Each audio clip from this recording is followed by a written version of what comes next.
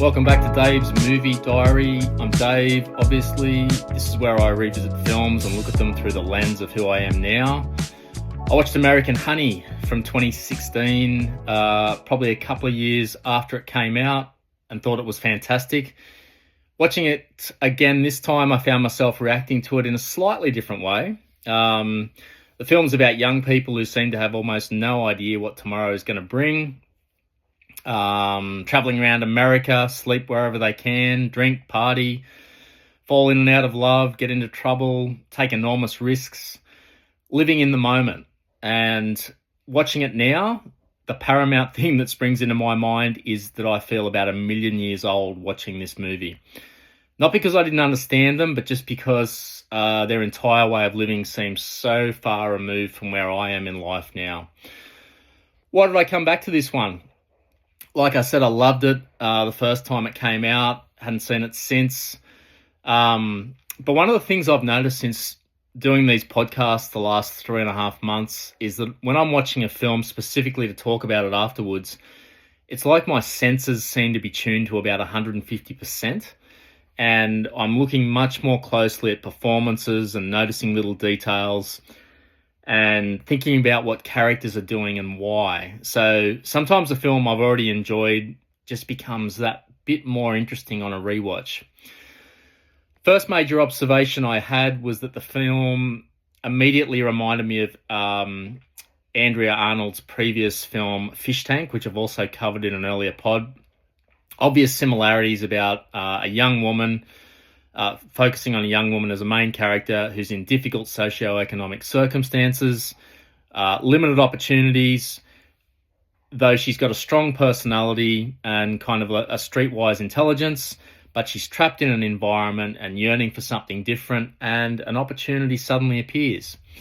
Difference being, Fish Tank is pretty much contained in a small geographic area with only a few main characters. American Honey takes those same ideas and expands them across thousands of kilometers of America. The plot for this one is that Star is the main character. She's the young woman living in difficult circumstances, looking after 2 children who aren't even hers, living with a guy who doesn't appreciate her at all. She's so much better than this guy, it's not funny. Her life's just not going anywhere. She sees a group of young people traveling around selling magazine subscriptions, and they're loud and colourful, having fun, chaotic. They're living their lives, which they're meant to be doing at this age, like late teens, some of them early 20s. They're free, at least they appear to be. She sees Jake. She becomes fascinated by him, by his charisma. He's doing this cool dance in the shopping center there, in the supermarket, on top of the counters. He's confident, he's sexual, he's funny, he's unpredictable. Everything that her life isn't. So she takes a chance, joins the crew, gets on the road with them. From this point on, the film starts off on this extraordinary journey, heading north, I think. But don't quote me on that, towards Rapid City, I think. And this group moves from suburbs and strip malls and petrol stations and truck stops across the prairies, small towns, some really wealthy houses, but some extremely poor communities. A real look at everything that's out there. They're actually selling magazines. That's the whole point of the enterprise. But that's just to fund, really, their partying, drinking, getting themselves into situations that could easily go very badly. The person controlling much of this is Crystal. The more I watched the film, the more I thought that Crystal might actually be the most malevolent person in it. She's a total manipulator. She manipulates them all. Jake's kind of her bitch. I don't want to say it like that, but really that's what he is. He's completely under her thumb. Even though he's the best salesman in the group and he trains all the young folks, and he's like the recruiter as well. We learn later on that he gets $100 every time he recruits someone new, mainly young women, and he sleeps with pretty much all of them. Star finds herself becoming increasingly attracted to Jake. Jake encourages that, but Star gradually discovers that Jake isn't the person she thought he was. And that's where the film becomes a lot more interesting than just being a road movie about young people having adventures.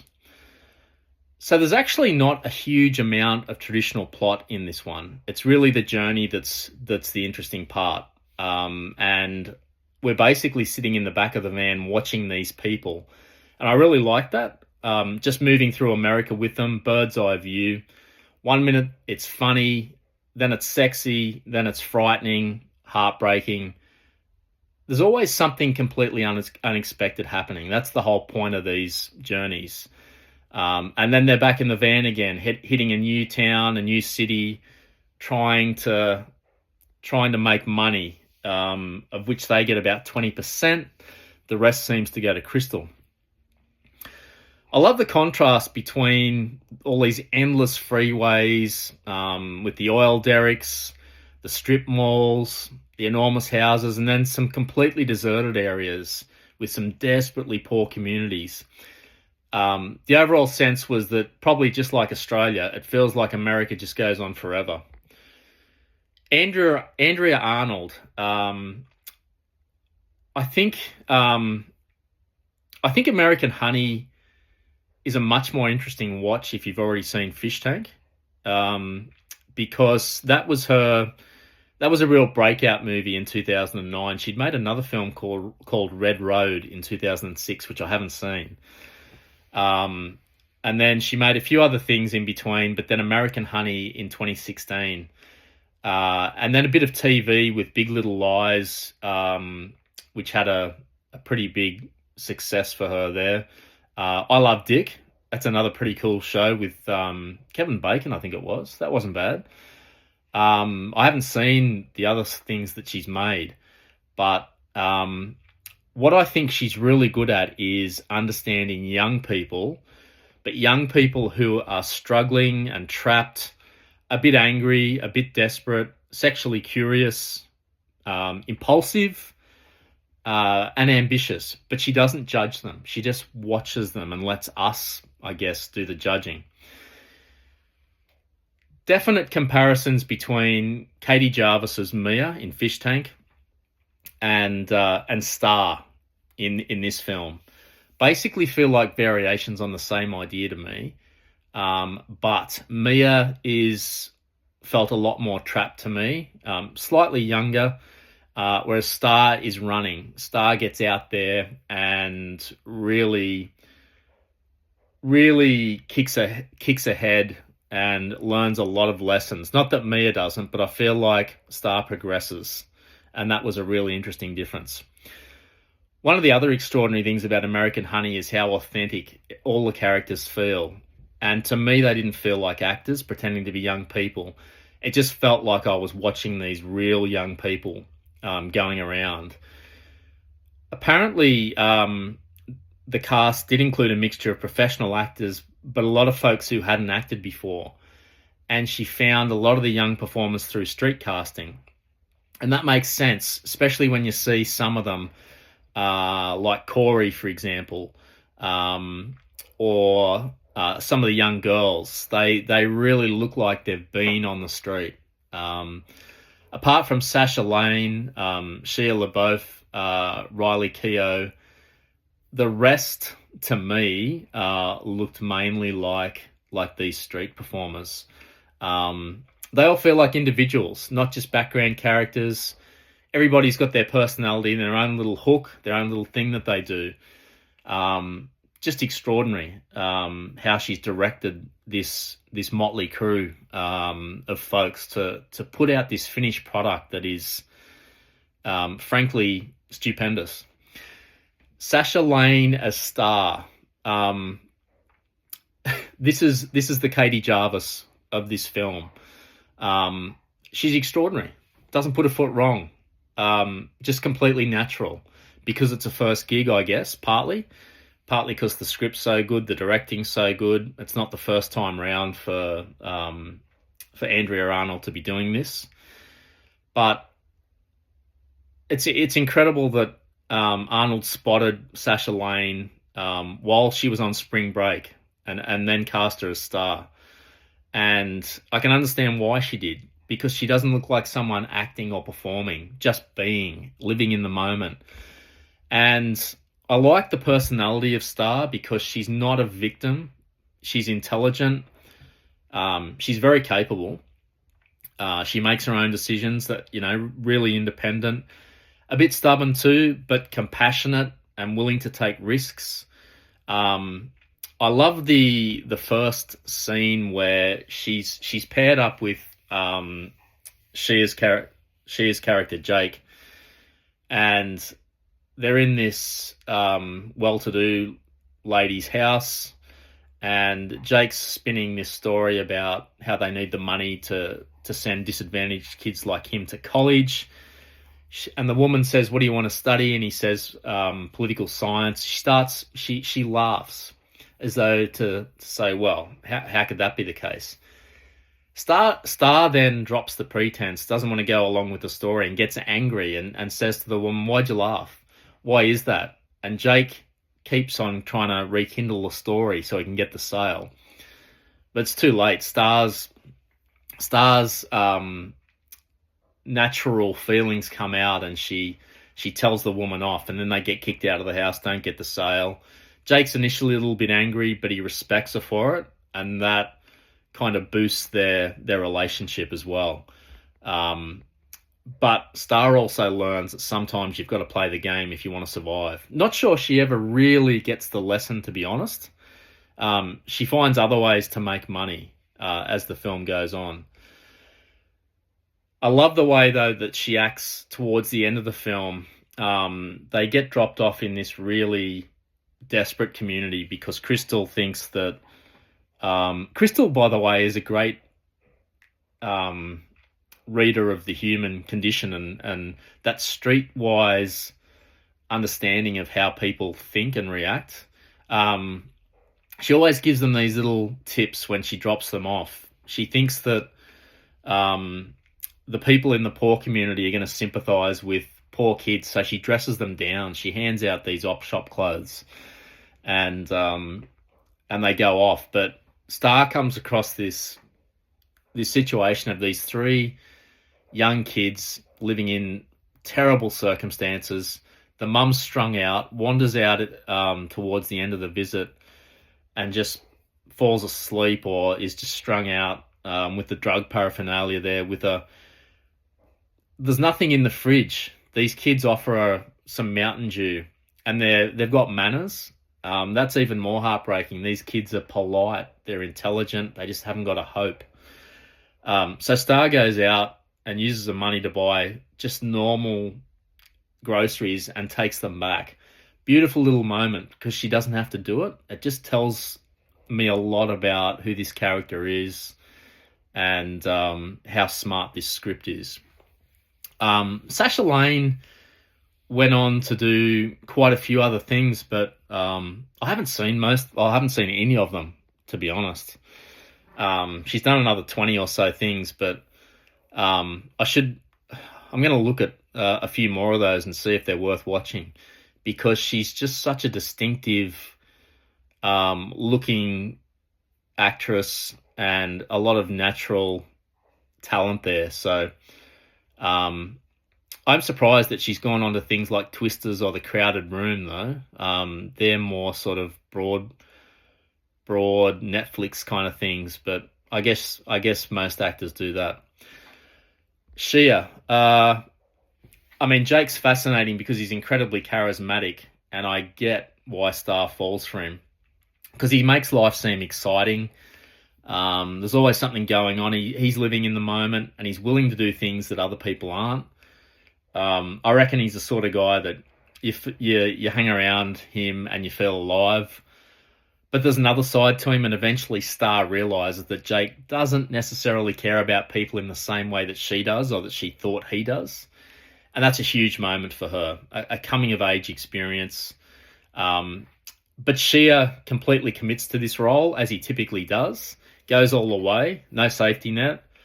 Um, I was wondering along the way if he was really just method acting and maybe doing a lot of things that he's doing in this film, um, in terms of drinking and other stuff. Who knows? I know he's got a troubled existence off screen, but he seems to be able to channel that into a lot of the on-screen work. The Nymphomaniac film, this one, Peanut Butter Falcon, Honey Boy, really interesting films. Borgen McEnroe, even, where he just seems to immerse himself totally, and lives for the work. Yeah, just an interesting guy to watch. So I think American Honey fits nicely into that period where he was taking a lot of unusual roles. Riley Keough, terrific as Crystal. Just this girl who seems older than he is. She's got those eyes that bore right into you, and just total businesswoman. Just cares about the dollar. Using people, manipulating them. Very, very intelligent, knows how the system works, and knows how to motivate these kids, and senses that they want to belong to something, and she really uses all that. She's got that familiar look to me, and I have seen her in a few things. She was in Mad Max Fury Road. I would have seen her in that. It Comes at Night, which was an interesting film. Logan Lucky, Under the Silver Lake. That's a great little movie. Magic Mike as well. Yeah, so I've seen her in quite a few things. But I reckon this film's a really good example of how good she is at playing these characters with a lot of depth to them. Difficult to pin down. The romance between Star and Jake's really one of the things that holds the film together. It's not just about sex, though we do get a lot of that, and it seems natural and feels real. It's just really about feeling alive, and I could see, I've already said why I thought Star was attracted to Jake. Mainly that confidence, I thought, and that's incredibly attractive when you're young and trapped. But there's another great scene that really pushes their relationship along, and it's the one with the three good old boys, of whom one of them's Will Patton, who's always up for a weird little cameo in movies like this. Star falls in with these three guys, well-to-do, but they got the 10-gallon hats on, the Levi's. They invite her back to their house for a barbecue, and guarantee that they'll buy some of the magazines. I'm thinking they're thinking they're going to get a whole lot more than that. They bring out the mezcal. They encourage her to swallow the worm. She does. And then Jake arrives, pulls his gun, pushes them all into the pool, and they steal the car and this convertible and just go herring out of there. The adrenaline's rising. They've got to pull over. They've got to get the gear off and get right into it, and that really pushes their relationship onto the next stage. Of course, Star had already made $400 from these guys for the magazine. That was the price of drinking the worm, swallowing the worm. But of course, once they get back to the crew at the motel, Jake says he needs the money because he's been in a slump. He doesn't tell her that, but that's what it is. And she gets a real insight then into what this guy's really about. And they're up and down from that point on. The film really is a road movie. And it's nearly like a Kentucky tour through the American Midwest. And you get all these great scenes with the truck drivers at the truck stops. endless freeways, looking out the windows at these landscapes, the oil derricks, like I said, huge open spaces, really hypnotic. Takes me back to a lot of long car trips, or even when I was a similar age, going on adventures for seemingly the most minor reason. Never needed much excuse to just grab a bag, get in a car with whoever, and go off exploring. And you didn't know where you were going to stay. You knew there was going to be a party somewhere. You'd meet new folks. Who knows what would happen? That's the adventure when you're that age. It's good to reminisce and I guess relive it through these avatars in these films. Living in the moment, I guess, is really what I took out of this film, and that's what you get at that age.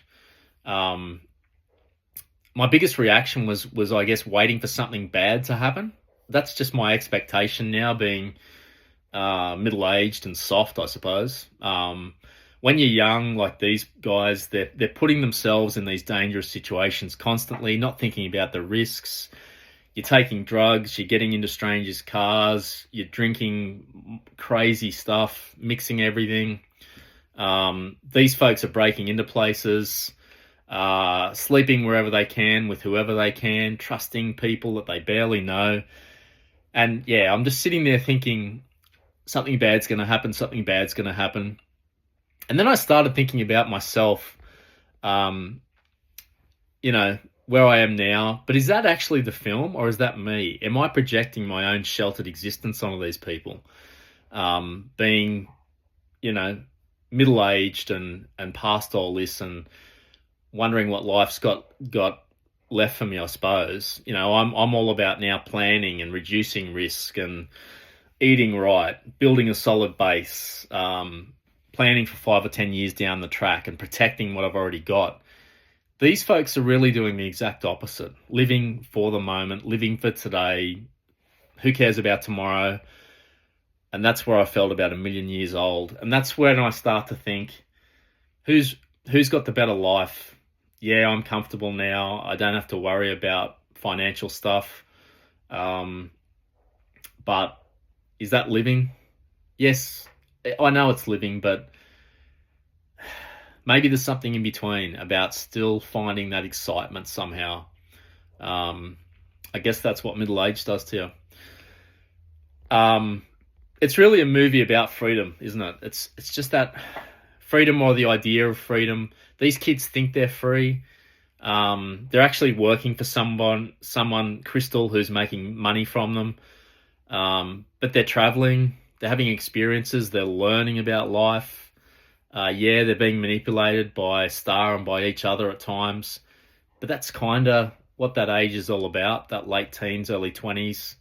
You're still finding your way. It's probably the most exciting time of your whole life. I think it was for me anyway. I'll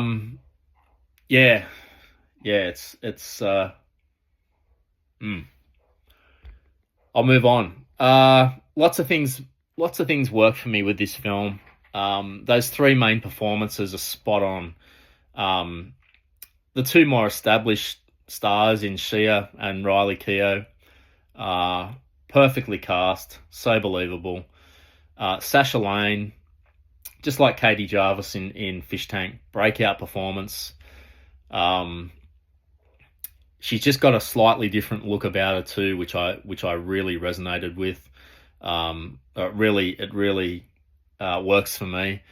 But the entire ensemble, Andrea Arnold just has an uncanny eye for finding those folks who are real and perfectly cast. Not once did I think anything didn't ring true in this film. And a big part of that was those natural performances that she extracts from all these people. Love a good road movie. And this one has a wide scope too. They cover a lot of distance and a lot of different situations. Great cinematography, really bright, sunny. it's winter here at the moment. Maybe that's why it resonates with me as well. Great music in this too. I won't pretend it's my cup of tea, all these songs, but I liked the way that they were used. They were used at the right times. And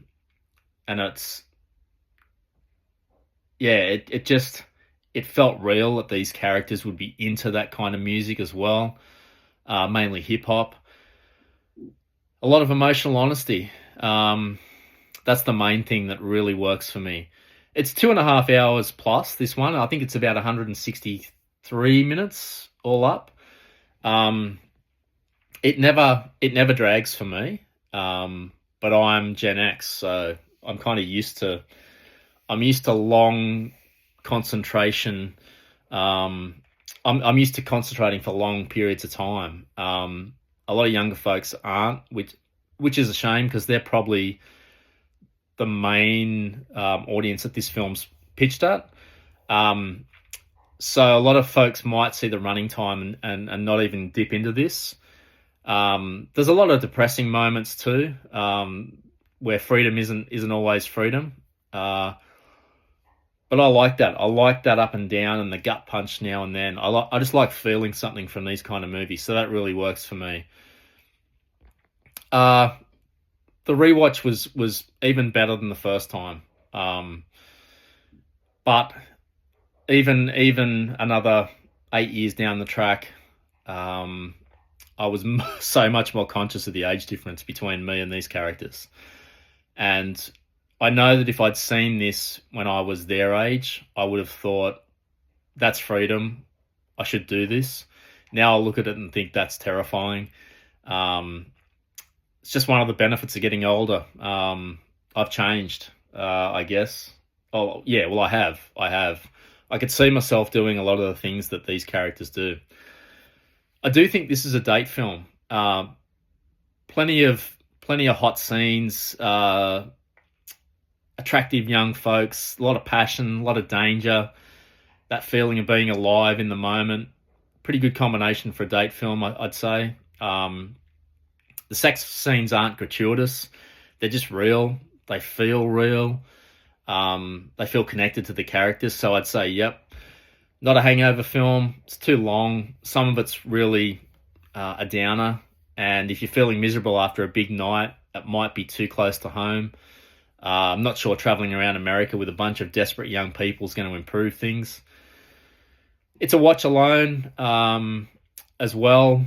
You can just sit there and enjoy the characters. Think about what you were like at that age if you're older like me. It's a bit like people watching, sitting in the back of the van as it's going around. That's what I was doing anyway.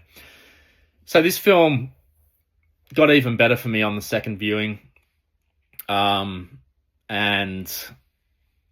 I'm just such a huge fan of what Andrea Arnold's done now twice for me, Fish Tank and this film. And what's going to stay with me is that contrast between the way these young folks live and the way I live now, that living in the moment, that adrenaline rush that's increasingly harder to find for old dudes like me. The taking chances, willing to walk into the unknown, and I'm just sitting here thinking about the risk that they're doing, that they're involving with, and I'm thinking about the future, security, about what might go wrong, and that's what happens when you get old, and that's what I like about watching young folks in movies, because it reminds me of what I was, but it reminds me maybe what life's really about, and that still fascinates me. So that's American Honey, 2016. Really enjoyed it.